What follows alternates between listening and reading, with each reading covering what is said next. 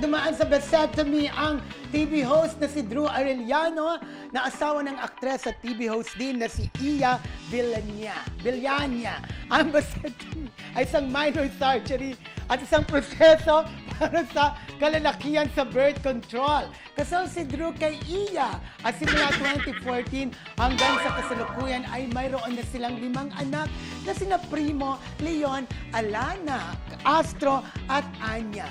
Ang vasectomy na ito ay regalo ni Drew kay Iya para sa Mother's Day. Ano bang sa inyo sa birth control na ito, classmates? So, katumbas siya ng pagpapatali sa babae. Correct. Diba? Oo. Sa inyo. Oo. Pero yung mga babae, di ba meron meron inaano dito, yung inaano. Ano yung inaano? Tinutusok para di magkaanak. Nagtatali, Ayun ba yun? Hindi, birth control naman yung sinasabi mo eh. Ayun. Ligate. Ligate. Ayun, di ba pwede yun? Pero ito, actually yan, kapag ka nagpapasectomy na yan, sino ba ito yung lalaki? Si Drew. Arellano. Oo. Hindi kasi naalala ko sa kanya yung shampoo na pambabae, pero lalaki yung naalala yung shampoo niya Kamukha dati. siya ni Patrick Diba? Marcelino ng bagong vocalist Pero, ng intro. once na nagpapasectomy ka na, hindi ka na Nagkakaanak. magkakaanak. Hindi na parang parang bound na lumalabas, di ba? Oo. Kahit mag-sex kayo ng mag-sex, hindi na magkakaanak. Pero meron pang isang birth control na pwedeng gamitin, yung condom eh. Di ba ginagamit yun dati inano? Pero Yung minsan namatay daw, na Uy, senador. careful ka. Hindi! Ang condom, ano yung open yun ang ginagamit yung parang birth control. Kaya lang minsan, ang condom kasi nabubutas, di ba? Uy, Hindi. oo. Kaya sinasabi kaya Huwag mo naging na ano ganun. yun. Pero, yung ano nga, Oh, vasectomy, totally, hindi ka na magkakaanak sa lalaki. Oo. Sabi sa iyo sa mga babae, Basta minor surgery yun. Pati Patali. pati nga sa mga anak ginagawa, lalo yung mga sa mga pusa. meron din. Kapon. Kapon. Oo. Oo. Tinatagal yung Kapon. yung bilog. Kinakapon. Kung oo. talaga Oo. mo na-describe. Hindi, totoo. Tinatagal yung ano ng lalaki, di ba? Oo. Ng mga Pero pusa.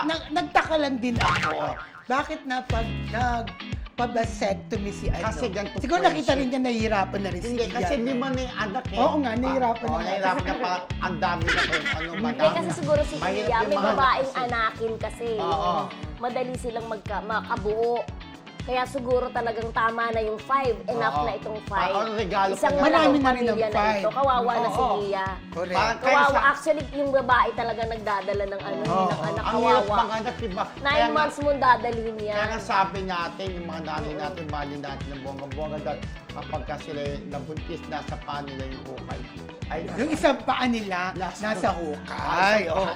Yun ang naisip ko Ang rin. hirap maging Baka nanay siguro talaga. nakita, naramdaman ni ni Mahirap. Drew, Oo. na nahihirapan na rin naman si Kasi ano. kapag Si yung Iya ano, sa tuwing Kasi kapag- nagbubuntis at nanganganak. Kasi, ibig sabihin, kada nag-chochorban siya, madali siguro mabuntis gaya yung sabi ni Mildred si Iya. Kaya naawa na rin, sabi niya, regalo ko na.